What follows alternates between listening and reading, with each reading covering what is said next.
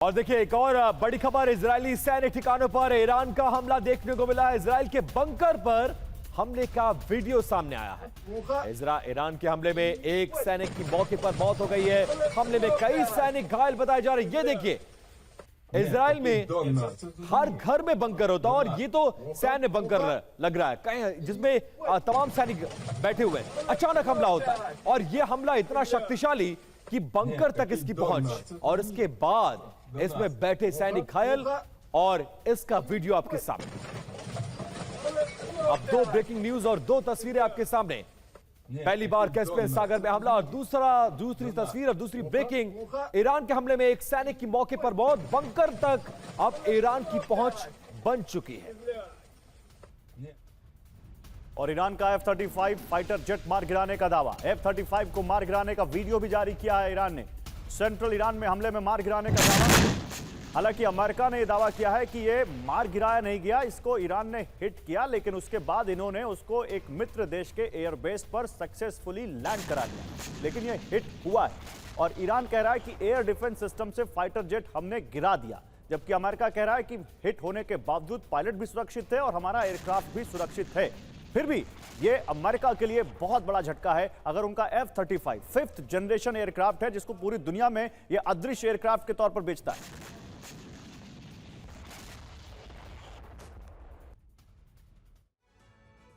अब देखिए, ईरान कह रहा है कि उसने अमेरिकी स्टेल्थ फाइटर F-35 को निशाना बनाया। हमले के बाद जेट के गिरने का दावा, और अब एक और वीडियो भी जारी किया गया है। यह सिर्फ एक जेट नहीं, अमेरिका की सबसे एडवांस टेक्नोलॉजी पर एक बड़ी चोट माना जा रहा है। एक तरीके से यह अमेरिका की शान पर वार है। आप दूसरी तस्वीर भी देख सकते हैं, जिसमें F-35 फाइटर जेट तबाह हालत में जमीन पर पड़ा हुआ है। हालांकि इस वीडियो की हम पुष्टि नहीं करते, लेकिन दावा यही है कि जब हमले में ईरान ने अमेरिका का फाइटर जेट मार गिराया, तो उसके बाद वो जेट ईरान की धरती पर आकर गिरा। अमेरिका कह रहा है कि जेट ने इमरजेंसी लैंडिंग की है। दो तस्वीरें, दो दावे आपके सामने।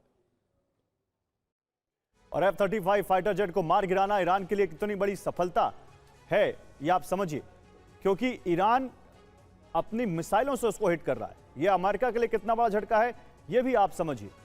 यहां पर आप देखिए, F-35 जो कि दुनिया में अमेरिका की शान माना जाता है, सबसे एडवांस स्टेल्थ फाइटर है, रडार से लगभग अदृश्य माना जाता है। उसके बावजूद ये देखिए कैसे ये F-35 हिट किया ईरान ने। और इसके अलावा नेक्स्ट चेंज कीजिए, यहां पे अमेरिका की ताकत का बड़ा आधार है। एयर डोमिनेंस में अमेरिका को बहुत ताकत देता है। F-35 के ढेर होने के बाद दूसरे जो दुश्मन हैं वो भी अब चुनौती देंगे, ये आप समझ सकते हैं। F-35 के सेंसर सॉफ्टवेयर अब ईरान के हाथ लगने का भी डर है। अब क्या जंग में यूएस को भारी नुकसान हुआ है? कितने फाइटर जेट गिर चुके हैं, क्या नुकसान हुआ है? देखिए, इस जंग में अमेरिका को बड़ा आर्थिक और सैन्य नुकसान झेलना पड़ा है। रिपोर्ट्स के मुताबिक अब तक 10 से 12 MQ-9 रीपर ड्रोन तबाह किए जा चुके हैं, जो अमेरिकी निगरानी और स्ट्राइक क्षमता का अहम हिस्सा माने जाते हैं। इसके अलावा F-35 जैसे एडवांस स्टेल्थ फाइटर जेट को निशाना बनाने की तस्वीर आपने देखी। 3 F-15 फाइटर जेट भी मार गिराए जाने की बात कही जा रही है।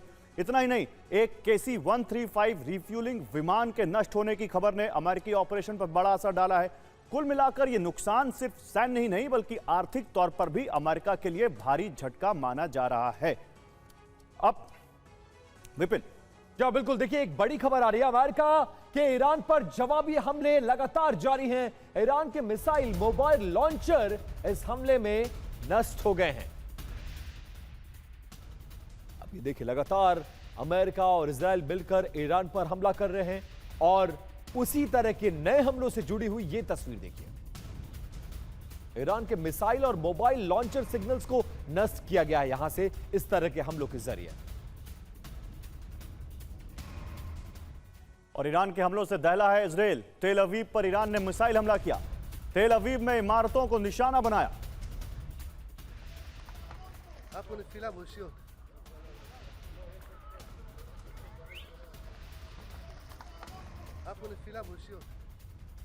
और इजराइल पर ईरान के भीषण हमले जारी हैं। इजराइल के रिवो बोट ईरान का हमला ईरान के हमले का ये नया वीडियो सामने आया है।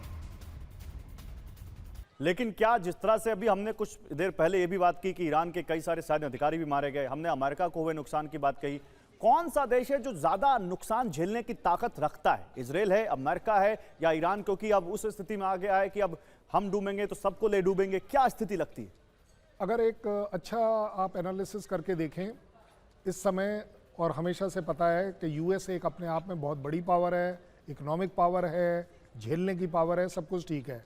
जो यूएस नहीं झेल पा रहा, जो सबसे बड़ी उसके ऊपर जो स्ट्राइक है, वो है उसकी नाक की लड़ाई। नाक जरूर कट रही है, वो है उसके सर की, वो जो उसका प्राउड सर है, वो दुनिया अब क्वेश्चन करेगी। नेटो देख रहा है, मिडिल ईस्ट देख रहा है, यूरोपियन यूनियन देख रहा है, पूरी दुनिया देख रहा है कि यूएस का वो दबदबा कि जहां आप आ गए वहां पर आप सेफ्टी और सिक्योरिटी दे पाएंगे, आप वहां जरूर फेल हो रहे हैं। दुनिया को मजबूर कर रहे हैं कि अपने आप को वो रिकंसिडर करे। जैसे फ्रांस बोल रहा है we need more nuclear weapons for ourself. क्यों?